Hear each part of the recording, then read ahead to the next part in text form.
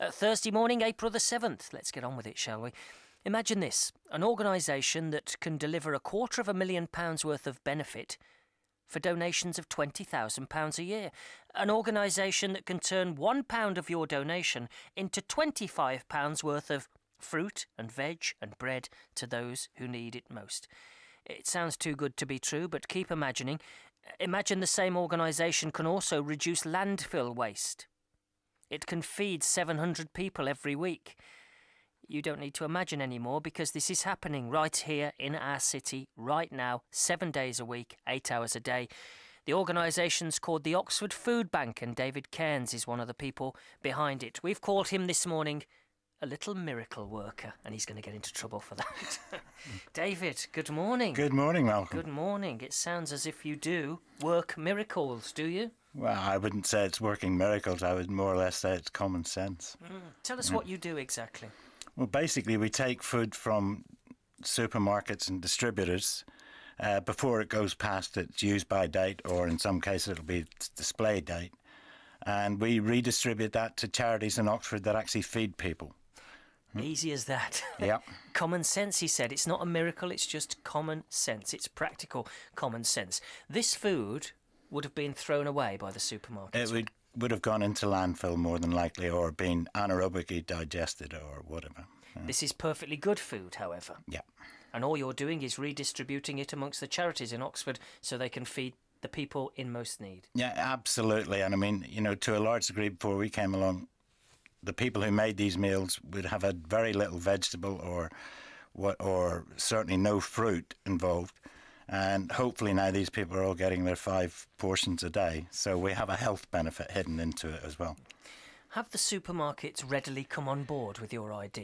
To a degree. Part of the issue is that we are dealing with a certain number of supermarkets and a food distributor, and to be quite honest, at the minute we're flat out. We can't take any more at the minute. You know, we are entirely voluntary. We have a core of 10 to 12 excellent retired people, whatever, who do the driving. And in today's environment where students get a lot of flack, I have to say we've tied into the Oxford Hub, which is a student coordinator, and we now have students tip up every morning at 8:30 in the morning to do a shift with us. Really? Yeah. That's fantastic. How many charities are benefiting from your work in Oxfordshire, David? At the moment it's about 18.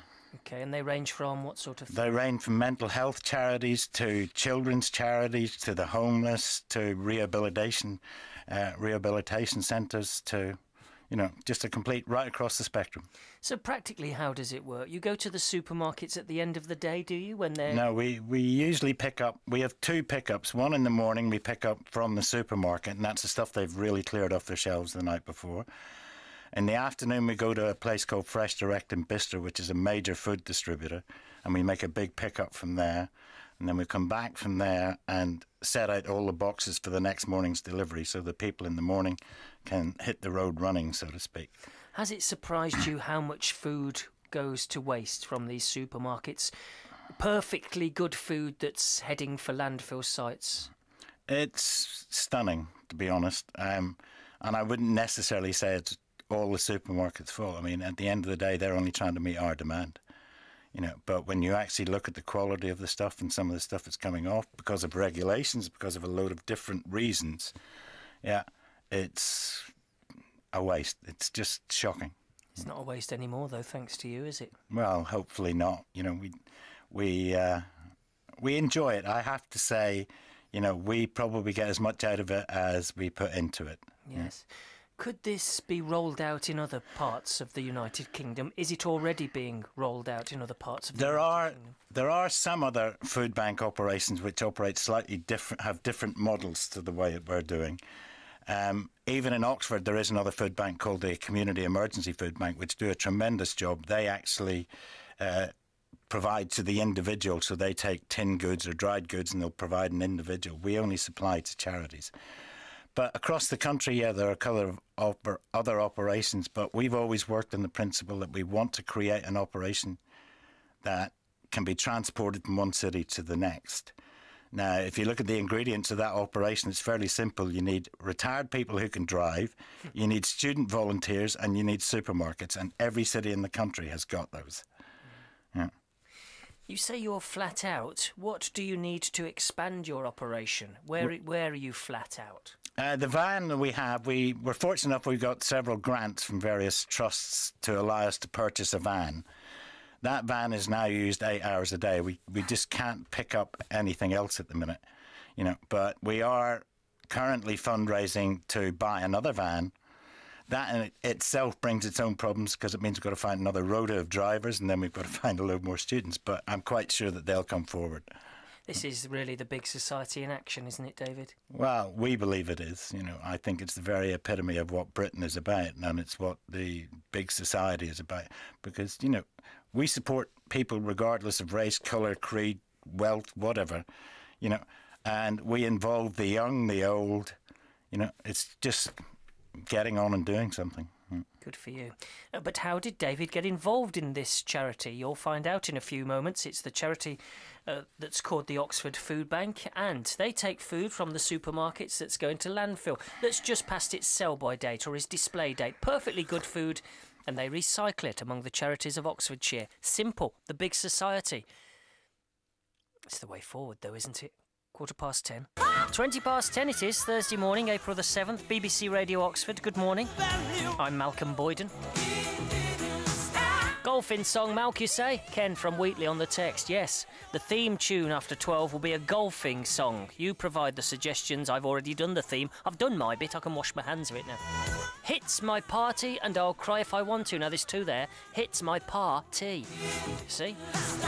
Ian Jury, hit me with your rhythm stick. It's a golf club, isn't it? A rhythm stick. David from Minster, thank you. 08459 311 111 on the telephone. You can text me 81333. Start your message with Oxford. I'm malcolm.boyden@bbc.co.uk. And this is David Cairns. He's one of the people behind the Oxford Food Bank. It takes food from the supermarkets, Sainsbury's primarily, food that's past its sell-by date, close to its sell-by date, or past its display date, but food that's perfectly good, food that actually goes to those who need it most. Give him a pound, a quid, and he'll turn it into £25 worth of fruit, veg and bread. This is the big society in action. You've been going for 18 months, David. You're flat out now. I don't know. Can it expand the food bank? Will it expand? Do you need loads more people to help you expand? Oh, it will expand without a doubt. We have more than enough potential supply to take on board. We need to get a second van. The volunteers, one of the reasons why, I'm delighted to come on here is to ask, if anybody's got a morning to spare or want to give up one of their rounds of golf a week, come and drive for us. It's great fun. You meet a whole load of new different people, young, old, whatever else, from right across society and whatever. And you actually, you get a lot more back from this than you put into it. It's interesting that, because you're a retired businessman, you were a chief executive, you spent most of your working life in the oil business in the Middle East. What persuaded you to join the food bank, to give something back in your retirement, David? Well, I was very fortunate primarily because of working in the Middle East or whatever else for quite a long time that I was able to retire early. And literally, after about 6 months of doing everything that needed to be done. Painting, decorating, gardening. Yeah. It was time to, as my daughter put it, put your brain back in gear and get out and do something. I contacted a charity called Reach, which actually puts retired executives in touch with charities that might be able to use their skills. That's how Robin, one of the other people that works, I work with, got involved. We got involved with this group of people who'd had this idea for quite a while, but they were all working. They had family, young families, whatever else. So they didn't have the time. And I think at the end of the day, Robin and I had the time, so we just sort of rang up Sainsbury's and said, will you do it? And we took our own cars up there and started it off from that. Really? Does it take up most of your time now? Does it take up how much? Between the three coordinators, we probably do a full-time job. So you could say it takes up a couple of days a week. But how satisfying is it for you? It is absolutely fantastic. It's hard to describe how much you actually get back from this, because there are very few charities where you can actually physically see the benefit that you're making, and this is one of them. Yeah. Tell me what you did in the Middle East, and are you watching events in the Middle East closely now? Yeah, I keep a very interesting eye on it. It's fantastic to see that the young, because I am from Northern Ireland, and I think the young have made a big change there as well, and I think the young are driving the changes in the Middle East. For the better? Absolutely. And how's the oil business at the moment? Do you keep an eye on that? No, I've been out of that for a long time. Well, happy to wash his hands of it. I know that you're also chairman of the Motor Neurone Disease Association of Oxford. We had an incredible, I hope you don't mind me bringing this up, we had an incredible gentleman in this studio a couple of weeks ago called Patrick Joyce, and he suffers from motor neurone disease. He hasn't got long left. He's got an exhibition at the moment, and you know all about this, at the Natural History Museum. He came in here, and he blew us to pieces, really. He was an amazing fellow, wasn't he? Well, Patrick is an amazing guy. Considering, he has a very limited lifespan, he is determined to paint 100 people before he dies. Yes. He is such a positive inspiration in terms of he's not going to sit down and just let it happen. He's going to do all the things that he wants to do. And I would really recommend anybody who gets the chance, go and have a look at the exhibition in the Natural History Museum. We will have some volunteers there every day who will tell you more about the disease if you want, because it is one of the most horrific diseases anybody could ever get. Do go, won't you? And do help David and his team, because they need your help. If people want to join the Oxford Food Bank, what do they do? You can go on our website, www.oxfordfoodbank.co.uk. There's all the things are there. If you want to donate money, that's great. You can do that through PayPal or standing order or whatever, or you can sign up to volunteer. We have all of the modern media outlets or streams like Twitter, and which I'm not involved with. But we have a guy, Arjun runs our IT, and he's done all of that stuff, and he's done a great job. Yeah, and something you said before which sort of hit home for me. People that are retired, of retirement age, do give up a round of golf a week and do something like this, because you did it, and in a way, I suppose it's given you an extra lease of life. Not a new lease of life, but something else. Well, it's a bit like somebody once described, retiring. He said, well, we don't retire, we're post-professional. So, you have your growing up age, you have your professional age, and we're in the post-professional age.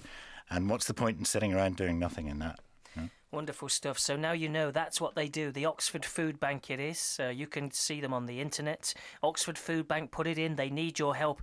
And they get this food and they redistribute it. They are making a real difference every day, thanks to David and Robin and the team. And, of course, anything we can do here to help you on BBC Radio Oxford, David would be only too pleased to do. Brilliant. Thank you very much. Pleasure meeting you. It's 10:25 now.